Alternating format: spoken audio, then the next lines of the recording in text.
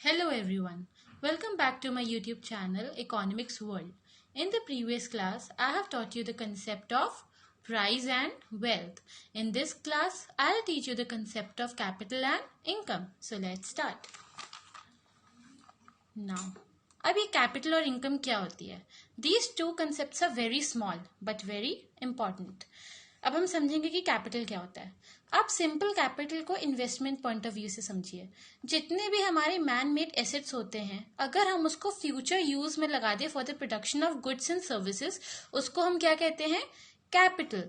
मतलब जितनी भी हमारी वेल्थ होती है, अगर हम उस वेल्थ को अगर हम फ्यूचर यूज में लगा रहे हैं production of goods and services के लिए, ताकि हम लोग को फ्यूचर बेनिफिट हो, फ्यूचर इन्वेस्टमेंट हम लोग अगर कर रहे हैं, तो वो हमारा क्या हो गया?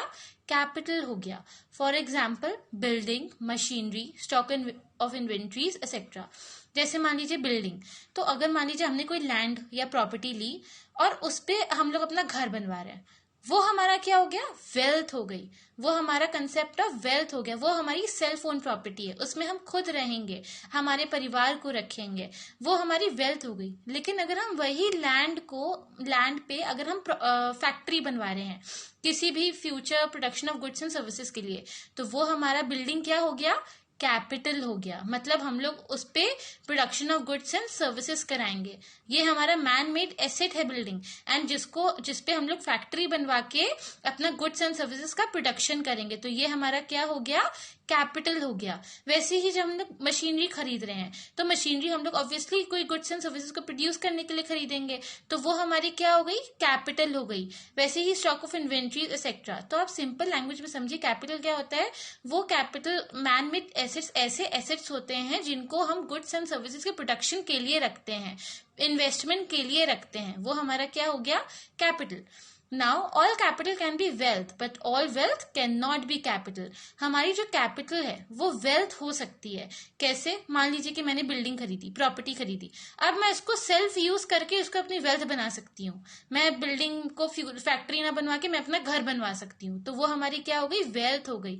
वो हमारी पूंजी हो गई. वो हमारा सेल्फ ओन प्रॉपर्टी हो गई. तो हमारी कैपिटल वेल्थ हो सकती है. जरूरी नहीं है कि हम लोग हर कैपिटल को फ्यूचर यूज में लगा दें. कुछ लोग सेव करके उसको अपने लिए रख लेते हैं.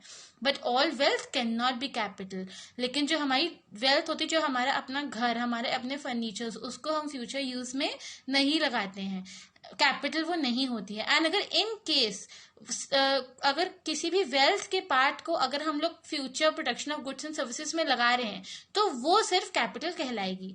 Only that part of wealth becomes capital which is use for the production. हमारा वेल्थ का वही पार्ट कैपिटल कहलाएगा जिसको हम further production of goods and services के लिए रखेंगे, जिससे हम लोग को फ्यूचर में मनी जनरेट होगा, इन्वेस्टमेंट होगी. सिर्फ वही पार्ट ऑफ वेल्थ हमारा कैपिटल कहलाएगी. हेंस हमारा वेल्थ ब्रॉडर कंसेप्ट होता है और कैपिटल उससे कम.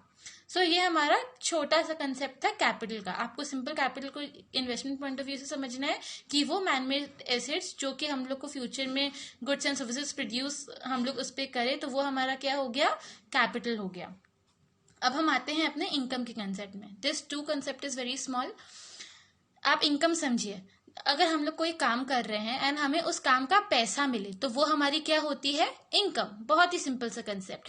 तो वैसे ही the payments received by the factors of production, that is land, labour, capital and entrepreneur against their productive services is called income और फैक्टर इनकम. जैसे आपको मैं फैक्टर्स ऑफ प्रोडक्शन बता चुकी हूँ, land, labour, capital and entrepreneur. इन लोग को जो पेमेंट्स रिसीव होती है against their productive services, land को क्या रिसीव होता है? रेंट. लेबर को वेजेस और सैलरी. कैपिटल को इंटरेस्ट. एंटरप्रेन्योर को प्रॉफिट. तो जो इन लोग को पेमेंट रिसीव होती है वो उनकी क्या हो गई? इनकम. एंड क्योंकि ये फैक्टर्स ऑफ प्रोडक्शन है, तो इनकी इनकम को हम किस नाम से जानेंगे? Factor income.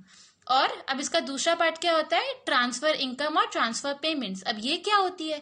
आप ये समझिए कि अगर हमें कोई पेमेंट मिल रही है उसकी बिन सर्विस प्रोवाइड करे हुए, मतलब हम उसके लिए कोई सर्विस प्रोवाइड नहीं कर रहे, लेकिन उसके बावजूद हमें वो पैसा इनकम मिल रही है, तो वो हमारी क्या हो गई? ट्रांसफर इनकम और transfer payments. For example, old age pension. जब हम रिटायर हो जाते हैं, तब हम कोई रिटायरमेंट के बाद तो हम कोई काम करते नहीं है, लेकिन उसके बावजूद जब पेंशन मिलती है तो वो हमारी क्या हो गई? Transfer income. मतलब बिन कुछ काम किए जो हम लोग को पैसा मिलता है, जो हम लोग को मनी मिलता है, वो हमारी क्या हो गई, ट्रांसफर इनकम। स्कॉलरशिप्स, किन्हीं किन्हीं के जो बहुत अच्छा काम करते हैं उनको पूरे साल के लिए स्कॉलरशिप मिल जाती है, मतलब उन्हें फीस नहीं पे करनी पड़ती पढ़ने के लिए और एल्स किसी और काम के लिए, तो वो क्या हो गई, ट्रांसफर इनकम। डोनेशंस जो एनजीओज को मिलती है बाकी टेम्पल्स वगैरह में, तो वो सब क्या हो गई, transfer income.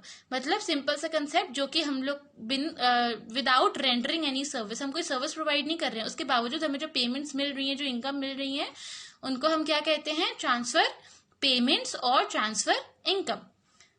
Now factor income helps in estimation of national income while transfer income is not included in national income।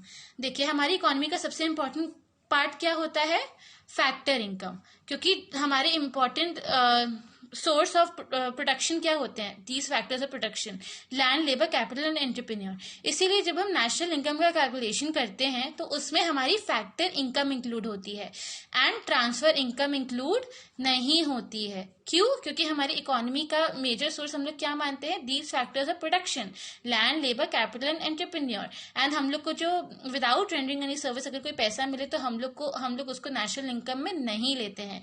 That's why it is said that factor income helps in estimation of national income while transfer income is not included in national income. तो आज हमने ये दो concept पढ़े and इसके आप notes भी लिख लीजिएगा। एंड अगली क्लास में हम पढ़ेंगे इन्वेस्टमेंट एंड सेविंग के बारे में। Thank you. एंड आप अपनी क्वेरीज कमेंट सेक्शन में पूछ सकते हैं। Thank you.